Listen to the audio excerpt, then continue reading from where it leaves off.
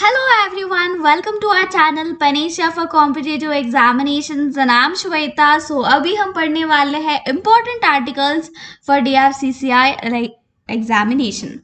सो आपके DFCCIL examination में polity से रिलेटेड क्वेश्चंस तो ज़रूर आएंगे. सो उसमें ना आर्टिकल से भी रिलेटेड क्वेश्चंस ज़रूर आ सकते हैं. सो इसलिए हम थोड़े इम्पोर्टेंट आर्टिकल्स आज हम करने वाले हैं. सो चलो स्टार्ट करते हैं. सो फर्स्ट देखना, आर्टिकल नंबर 1 आपको याद जरूर करनी है. So name and territory of the union, हमारे टेरिटरी का नेम इसके बारे में है. Name and territory of the union and admission and establishment of new state. अगर न्यू स्टेट बनानी है तो यहाँ पे बना सकते हैं, ये आर्टिकल 2 में है. तो formation of new states and alteration of areas boundaries and name of existing states. So ये कहाँ पे आर्टिकल 3 में है कि न्यू स्टेट्स बना सकते हैं और एरिया हो, बाउंड्री हो, उसमें कुछ ऑल्ट्रेशन करनी हो या नाम बदलनी हो. सो आप आर्टिकल 3 को यूज करके यहाँ पे कर सकते हो. ओके, सो स्टेट्स जो है आर्टिकल 3 के यूज करके कर सकते हैं. So citizenship at commencement of the constitution article 5 में है.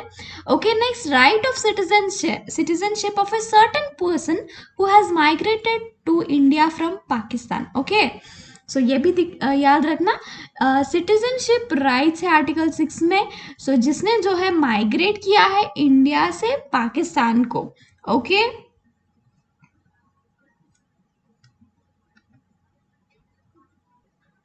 सॉरी, यहाँ पे पाकिस्तान से इंडिया आया ये वाला. ओके, सो नेक्स्ट देखना, यहाँ से हम पढ़ने वाले हैं फंडामेंटल राइट्स. सो फंडामेंटल राइट्स ना ऐसा है कि अगर पॉलिटी से कुछ क्वेश्चन पूछना हो या आर्टिकल से पूछना हो, सबसे पहले जो दिमाग में आती है ना, जो क्वेश्चन पेपर बना रहा है, तो सबसे पहले वो सोचेगा फंडामेंटल राइट्स के बारे में. सो ऐसे नींद से भी उठा के कोई पूछेगा ना कि आर्टिकल 15 क्या है, 17 क्या है, 18 क्या है, आपको ऐसे ऐसे चुटकी में बोलना चाहिए, इतना अच्छे से आना चाहिए फंडामेंटल राइट्स. एग्जामिनेशन में ज़रूर क्वेश्चन आएगा. So equality before the law article 14 है. So prohibition of discrimination on the grounds of religion, race, caste, sex और प्लेस ऑफ बर्थ. ये काफ़ी ज़्यादा इंपॉर्टेंट आर्टिकल है. हर एक आर्टिकल इंपॉर्टेंट है यहाँ पे मैं जो पढ़ाने वाली हूँ फंडामेंटल राइट्स में. ओके, सो आर्टिकल 16 क्या कहती है, इक्वल अपॉर्चुनिटी. आर्टिकल 17 क्या कहती है, abolition of untouchability. And article 18 में है abolition of titles. So fundamental rights नहीं आते हैं ना, तो ये बहुत बुरा है. ओके, आपको आना चाहिए, खुद के राइट्स आपको पता होना चाहिए, नहीं तो आप कैसे जियोगे. कोई आपका राइट्स का वायलेशन करेगा तो आप कैसे, कि वो हम मेरा राइट को वायलेट कर रहा है या नहीं कर रहा है, तो आपको कैसे पता चलेगा अगर आपको फंडामेंटल राइट्स ही नहीं आते होंगे तो पढ़ लो. अगर नहीं आते हैं तो पढ़ लो अभी. So protection in the respect of conviction of offences article A में है. Okay, protection of life and personal liberty. And 21 में है right to education. Right article 21 A में राइट टू एजुकेशन है. एंड यहाँ पे article 22 protection against arrest and detention in certain cases. And यहाँ पे आर्टिकल 23 में prohibition of traffic in human beings and forced labour. Article 20 से लेके 23 तक, थोड़ा 24 तक ना, ये आप ध्यान से देखो, इसमें कंफ्यूजन बड़ा होती है. 20 में क्या है, ऑफेंसेस. ओके, ऑफेंसेस है 20 में. और 21 में personal liberty, protection of life and personal liberty है. 22 में क्या है, arrest. Okay, protection against arrest. कोई भी आके आपको अरेस्ट करने वाला है ना सपोज, तो वो ऐसे ही अरेस्ट नहीं कर सकता है बिना आपको बताए कि वो क्यों अरेस्ट कर रहा है. तो रीज़न बताना यहाँ पे ज़रूरी है. आपका हक है कि आप पूछो उससे कि वो क्यों अरेस्ट कर रहा है. देन आर्टिकल 23 में क्या है, prohibition of traffic in human beings and forced labour. तो यहाँ पे किसी को यहाँ पे हम फोर्स करके उसको लेबर नहीं बना सकते हैं, या ह्यूमन बींग्स को हम बेच सकते हैं, ऐसा जो है प्रोहिबिट करती है आर्टिकल 23. एंड आर्टिकल 24 क्या कहता है, ये काफ़ी ज़्यादा इम्पोर्टेंट हो जाता है आर्टिकल 24. ओके, सो यहाँ पे prohibition of employment of children in factories and mines under as of 14. So 14 years से अगर किसी का बच्चे का एज है तो यहाँ पे उसको फैक्ट्रीज या माइंस में एम्प्लॉय नहीं कर सकते हम. ओके, सो ये प्रोहिबिट करता है आर्टिकल 24. थोड़ा ध्यान से देख लेना. सो फ्रीडम ये 25 से लेके 28 तक फ्रीडम, राइट टू फ्रीडम है. So freedom of conscience and free profession practice and propagation of religion. So यहाँ पे आपको फ्रीडम है कि आप प्रैक्टिस कर सकते हो, कुछ भी रिलीजन आप बिलीव करते हो ना उसको आप प्रैक्टिस कर सकते हो, और यहाँ पे आप रिलीजियस अफेयर्स को मैनेज कर सकते हो. इसका फ्रीडम आपको आर्टिकल 26 देता है, और आर्टिकल 27 आपको freedom as to pay taxes for promotion of any particular religion. So यहाँ पे प्रमोशन करने के लिए आप टैक्सेस पे कर सकते हो, ये फ्रीडम आपको है, या कोई आपको मजबूर नहीं कर सकता है कि आप दो, ऐसा नहीं है. अगर आप चाहते हो तो आप दे सकते हो, अगर चाहते हो नहीं देना है तो मत दो. So article 28 freedom from attending religious instructions. Okay, so ये फ्रीडम ऑफ रिलीजन है. Okay, you are having the right to choose your religion. कोई भी आपको नहीं कह सकता है या रोक सकता है किसी भी रिलीजन में कन्वर्ट होने के लिए या कुछ भी करने के लिए.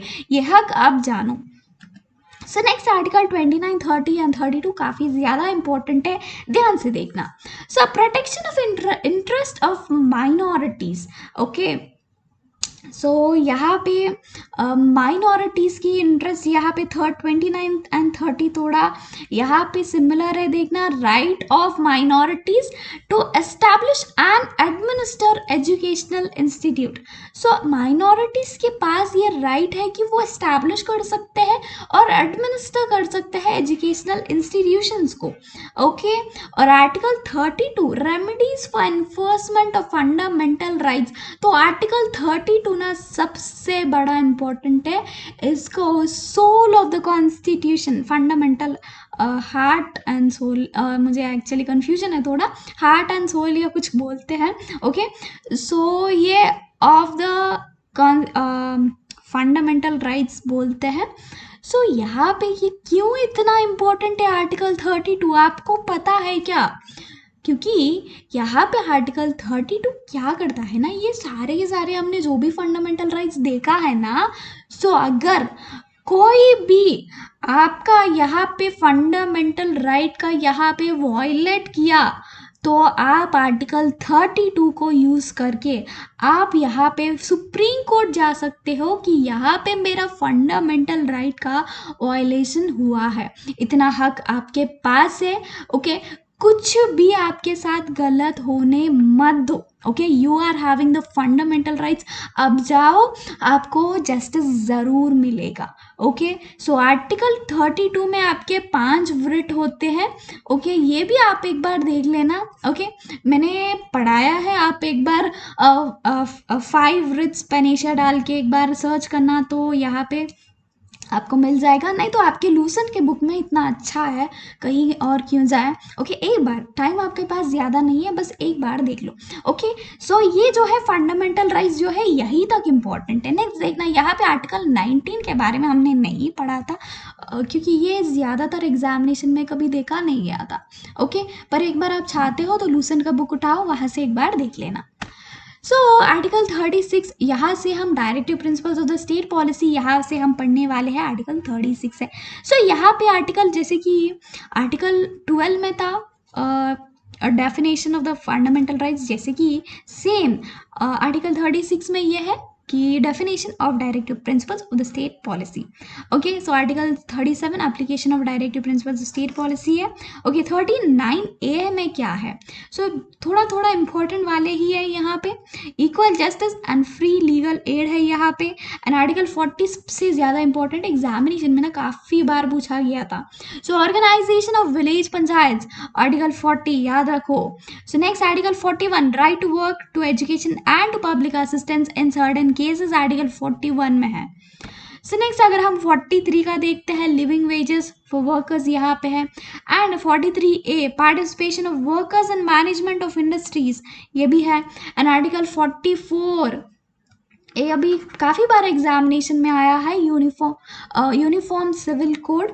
ओके, यहाँ पे अप्लीकेबल ओनली इन गोवा है ये। ओके, ये भी काफ़ी इंपॉर्टेंट है, याद रखना। Provisions for free and compulsory education for children, यहाँ पे आर्टिकल 45 कहता है।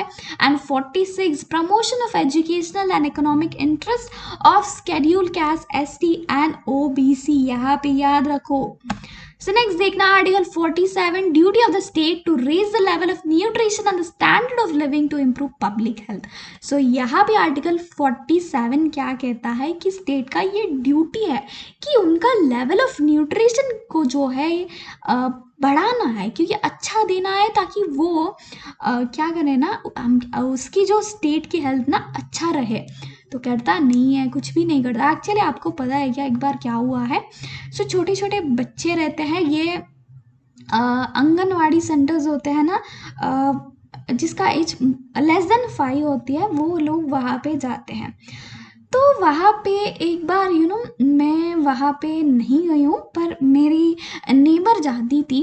तो वहाँ पे क्या हुआ ना, एक बार कोई ऑफिसर आया था कि वहाँ पे चेक करने के लिए कि वहाँ पे चीज़ें सही चल रहे हैं कि नहीं चल रहे हैं।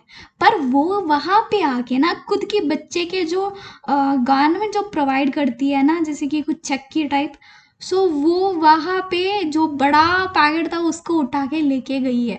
तो जिसको देखना चाहिए कि वहाँ पे सही चल रहा है या नहीं, वही खुद उठा के लेके जा रही है।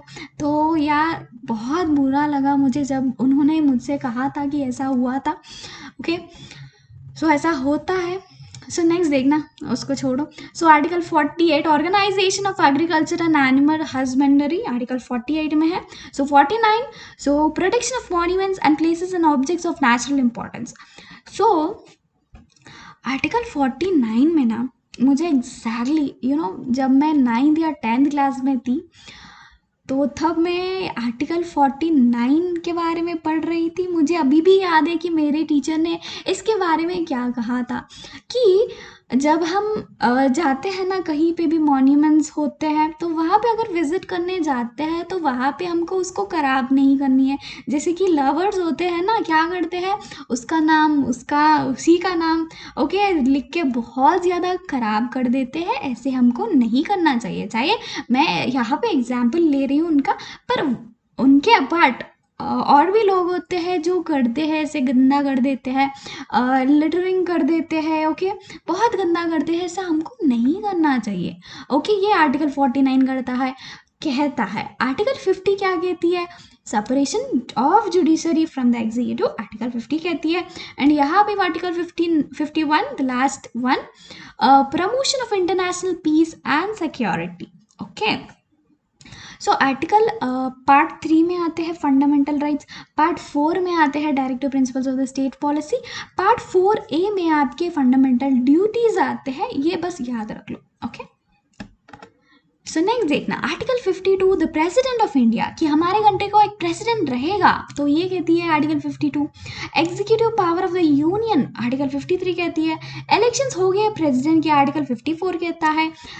इम्पीचमेंट, प्रेसिडेंट का अगर इम्पीचमेंट करना है तो कैसे करेंगे, आर्टिकल 61 कहता है यहाँ पे। ओके,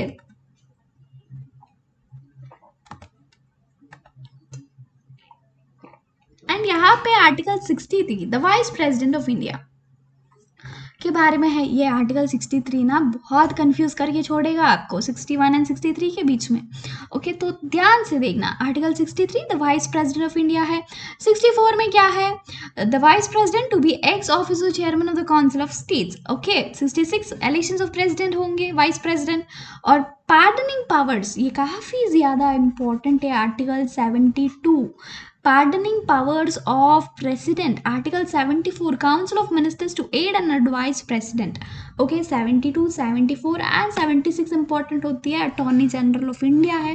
ओके, एंड 78 में अगर देखते हैं ना, duties of prime ministers to furnish information to the president, यानी यहाँ पे प्राइम मिनिस्टर प्राइम मिनिस्टर का ये ड्यूटी है कि वो इंफॉर्मेशन जो है प्रेसिडेंट को जो रिलेटेड है उनको बताना चाहिए। ओके 79 क्या कहता है कि हमारे कंट्री को एक पार्लियामेंट रहेगा, 80 में राज्यसभा रहेगा, 81 में लोकसभा होगा हमको। सो 93 article the speaker and deputy speaker of the house of the people. सो इन दोनों के बीच में ना एक कनेक्शन है, ध्यान से देखना। 93 में स्पीकर के बारे में है, डिप्यूटी स्पीकर में बारे में है, ओके लोकसभा में। तो यहाँ पे आप और एक चीज़ ध्यान से देखना, अगर स्पीकर को रेजिग्नेशन देना है तो वो डेप्यूटी स्पीकर को देगा, अगर डेप्यूटी स्पीकर को रेजिग्नेशन देना है तो वो स्पीकर को देगा। ओके सो नेक्स्ट 108 में देखते हैं joint sitting of the parliament होती है यहाँ पे। 108 110 काफ़ी ज़्यादा इंपॉर्टेंट है, ध्यान से सुनना। ओके डेफिनेशन ऑफ मनी, यहाँ पे मनी बिल ओके 110 में है।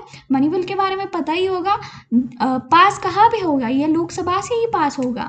ओके इसका जो बहुत ज़्यादा जो मनी बिल से जो पावर है ना वो लोकसभा के पास ही है। ओके 112 आर्टिकल में क्या है, एनुअल फाइनेंशियल बजट के बारे में है।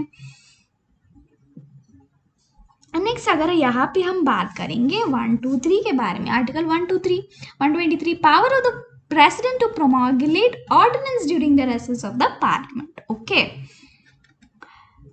सो नेक्स्ट 148 के बारे में अगर बात करते हैं, यहाँ पे क्या के बारे में है, control and auditor general of India. 148 है कि हमारे कंट्री को एक कैग होगा। तो 149 में क्या है कि उनके ड्यूटीज एंड पावर्स के बारे में इसमें एक्सप्लेन किया गया है। और 153 आर्टिकल में ये है कि हमारे कंट्री के जो स्टेट्स है ना उसमें गवर्नर रहेगा, और उस गवर्नर का एग्जीक्यूटिव पावर्स आर्टिकल 154 में है। जैसे कि आर्टिकल 72 में प्रेसिडेंट को पार्डनिंग पावर्स है, ऐसे ही 161 में गवर्नर को पार्डनिंग पावर्स है।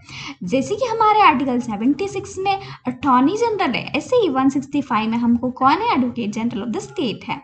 Okay so 213 power of the government ये हम पढ़ चुके हैं। सॉरी यहाँ पे हमने पढ़ा है प्रेसिडेंट। ओके सो यहाँ पे 123 में प्रेसिडेंट, 213 में गवर्नर जो है प्रोमोगुलेट ऑर्डिनेंस। ओके सो 214 में क्या है, हाई कोर्ट फॉर स्टेट, हमारे कंट्री को हाई कोर्ट होगा। जैसा कि यहाँ पे हमने पार्लियामेंट के बारे में राज्यसभा 79 80 81, सो इसी तरह 214 high courts. Okay so next यहाँ पे देखना 226। सो ये जो है ना सिमिलर है जैसे कि आर्टिकल 32 है। तो आर्टिकल 32 में क्या है, जब हमारे फंडामेंटल राइट्स वायलेट होते हैं तो हम सुप्रीम कोर्ट जा सकते हैं।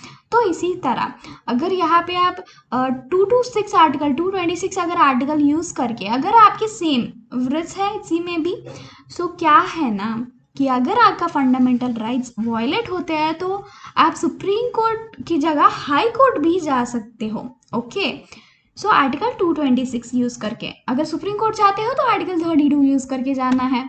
ओके सो नेक्स्ट देखना appointment of the governor, article 155 में है कि गवर्नर का अपॉइंटमेंट होगा। तो यहाँ पे ये हम पढ़ चुके हैं, council of ministers to aid and advise the governor, जैसे कि प्राइम मिनिस्टर एडवाइस कर रहा था प्रेसिडेंट को। सो आर्टिकल 163 में काउंसिल ऑफ मिनिस्टर्स जो है एड एंड एडवाइस करेंगे गवर्नर को। सो ये advocate general of the state हम पढ़ चुके हैं। Okay duties of the chief minister with regard furnish of information to the government. Okay so यहाँ पे आर्टिकल 167 में ये है कि चीफ मिनिस्टर जो है इन्फॉर्मेशन फर्निश करेगा गवर्नर को। नेक्स्ट 168 169 थोड़ा इंपॉर्टेंट है, अभी अभी मैंने करंट अफेयर्स में आपको 169 के बारे में बताया था। यहाँ पे ममता बनर्जी वो she's right now chief minister of West Bengal, उन्होंने आर्टिकल 169 यूज़ करके जो है लेजिस्लेटिव काउंसिल का फॉर्मेशन करने का सोचा था। सो यहाँ पे 168 में क्या है, constitution of legislation in the states जो है यहाँ पे है। सो यहाँ पे आर्टिकल 169 क्या कहता है कि आप एबॉलिश या क्रिएट कर सकते हो लेजिस्लेटिव काउंसिल स्टेट्स में। ओके सो 170 एंड 171 यहाँ पे composition of legislative assemblies and legislative councils in the states ये है। And special provisions with respect to Delhi 239 AA में है, 243 बी में कॉन्स्टिट्यूशन ऑफ पंचायत, ये इंपॉर्टेंट वन है, थोड़ा देख लेना। 243 सी में क्या है, कंपोजिशन ऑफ पंचायत है। 243 जी में power, authority and responsibility of panchayat है। Elections of the panchayat, okay, थोड़े इंपॉर्टेंट है बीसी जी के, ओके। सो नेक्स्ट अगर देखते हैं आर्टिकल 280 में क्या है, फाइनेंस कमीशन है, ये थोड़ा इंपॉर्टेंट है। राइट टू प्रॉपर्टी, ये क्या बन गया है, सबसे पहले ये हुआ करता था फंडामेंटल राइट, ये अब क्या बन गया है, एक लीगल राइट है, ओके। 300A, सो 312 में ऑल इंडिया सर्विसेज है। 323 ए में एडमिनिस्ट्रेटिव ट्रिब्यूनल्स है। 343 में official languages of the union, okay. Article parts 17 18 आप ध्यान से पढ़ लो, ओके। सो नेक्स्ट 345 में official languages, all languages of state है। यहाँ पे आर्टिकल 348 में languages to be used in the supreme court and the high court है। सो नेक्स्ट अगर देखते हैं, थोड़ा इंपॉर्टेंट स्लाइड है, ये ध्यान से देखना। सो आर्टिकल 352 यहाँ से लेके ना यहाँ तक इम्पॉर्टेंट है, यहाँ तक भी इम्पॉर्टेंट है। सो देखना, national emergency, okay. Article 352 use करके प्रेसिडेंट जो है नेशनल इमरजेंसी अनाउंस कर सकता है। सो नेक्स्ट अगर हम बात करते हैं 356, सो इसको स्टेट इमरजेंसी या प्रेसिडेंट रूल भी कह सकते हैं, ओके। फाइनेंशियल इमरजेंसी आर्टिकल 360 के अंडर है, तो ये तीनों ही काफ़ी ज़्यादा इम्पॉर्टेंट है, ओके। सो नेशनल इमरजेंसी अब तक 3 बार लग चुका है, मोर देन 100 टाइम्स जो है स्टेट इमरजेंसी लग चुका है, 0 टाइम्स जो है फाइनेंशियल इमरजेंसी लग चुका, नहीं लगा, ओके, नहीं लगा अभी तक। सो अगर हम बात करते हैं आर्टिकल 368 के बारे में, powers of parliament to amend the constitution, तो बहुत बार हमारे कॉन्स्टिट्यूशन का अमाइंडमेंट होती है तो वो आर्टिकल 368 को यूज़ करके ही होता है, ओके। सो 370 में temporary provisions with respect to यहाँ पे ये आर्टिकल 370 हम नहीं पढ़ेंगे, ओके, छोड़ो इसको। सो आर्टिकल 266 को बात करेंगे, so consolidated fund and public accounts fund, okay. So इसके बारे में थोड़ा याद रख लीजिए, ओके। सो आर्टिकल 315 में क्या है, public service commission for the union and for the states है। यहाँ पे functions of public service commission 320 में है। रिजर्वेशन, ये थोड़ा इंपॉर्टेंट है। Reservation of seats for scheduled caste and scheduled tribes in the house of people है। And 335 claim for scheduled caste and scheduled tribes, ये इतना इंपॉर्टेंट नहीं लगता है, ओके, छोड़ दो इसको। सो चलो, मैंने जितना भी आपको पढ़ाया है एक बार आप पढ़ लीजिए, ओके। इम्पॉर्टेंट है एग्जामिनेशन में, अगर आर्टिकल से रिलेटेड क्वेश्चन आएगा ना, और आई मीन आएगा, क्योंकि प्रीवियस ईयर क्वेश्चन पेपर में मुझे ये क्वेश्चंस दिए थे, ओके, आर्टिकल से रिलेटेड, इसलिए मैं आपको पढ़ा रही हूँ ना। सो अगर आपके एग्जामिनेशन में आ जाएंगे तो यहाँ से ही आएंगे, कुछ अलग नहीं आएगा, मोस्ट प्रोबेबली तो फंडामेंटल राइट्स ही आएंगे। सो उसको थोड़ा पढ़ लो, president and vice president and थोड़ा अवृत्स पढ़ लेना, ये ओके, थोड़ा सा देख लो, बस हो जाएगा, इतना टेंशन लेने की ज़रूरत नहीं है। सो चलो, thank you so much. Session अच्छा लगा तो लाइक कर दो, दोस्तों के साथ शेयर कर देना, एंड अभी तक सब्सक्राइब नहीं किया है तो सब्सक्राइब कर लेना, और उसके साइड में जो बेल आइकन है उसको भी क्लिक कर देना। So thank you all for watching this session, bye bye everyone.